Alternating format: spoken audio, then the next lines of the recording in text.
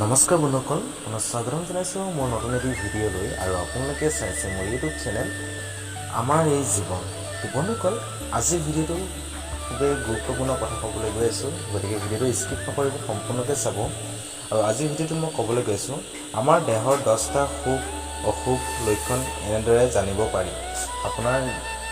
আমাৰ নিজৰ দেহত আমি কিমান শুভ, আমাৰ দেহটো কিমান শুভ, আমাৰ ভাগ্য কিমান ভাল, আমাৰ ভাগ্য কিমান বেয়া, আপোনাৰ নিজৰ দেহাতে সেই গুণ আছে আৰু আপুনি নিজে অনুভৱ কৰি চাব পাৰিব আৰু কি কি সেই গুণবিলাক আছে। চ' এই ভিডিঅ'টোত মই আপোনাক স্পষ্টভাৱে কৈ যাম, গতিকে ভিডিঅ'টো স্কিপ নকৰিব, সম্পূৰ্ণভাৱে চাই যাব।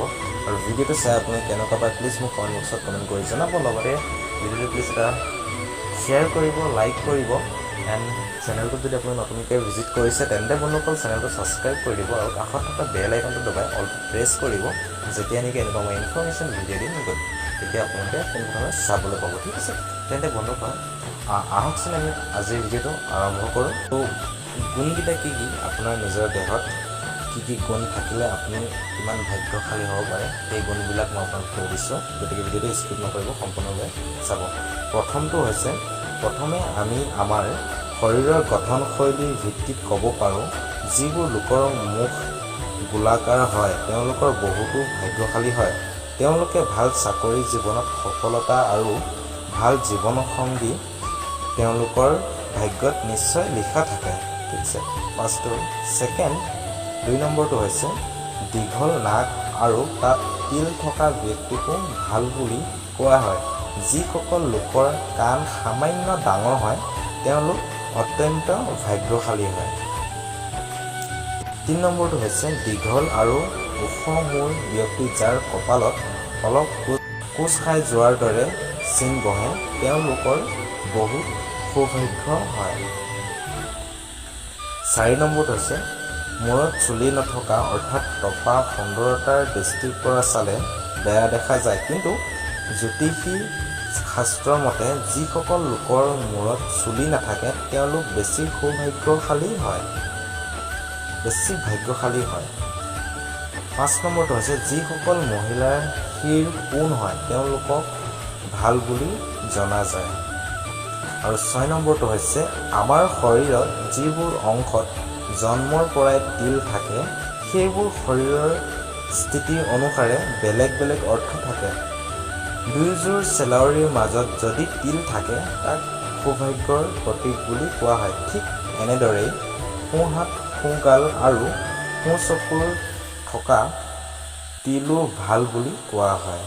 আৰু 7 নম্বৰটো হৈছে বগা আৰু চাফা দাঁত সকলোৱে পচন্দ কৰে, তথাপিও যদি দাঁতৰ মাজত কোনো ধৰণৰ ফাঁক নাথাকে তেন্তে দেখিবলৈ আৰু ভাল লাগে। কিন্তু সমুদ্ৰশাস্ত্ৰ অনুসাৰে যিসকল ব্যক্তিৰ দাঁতৰ মাজত ফাঁক থাকে তেওঁলোক বেছি ভাগ্যশালী হয়, তেওঁলোকক আৰ্থিকভাৱেও সবল হয় আৰু চাকৰি ক্ষেত্ৰত উপদস্থ হয়।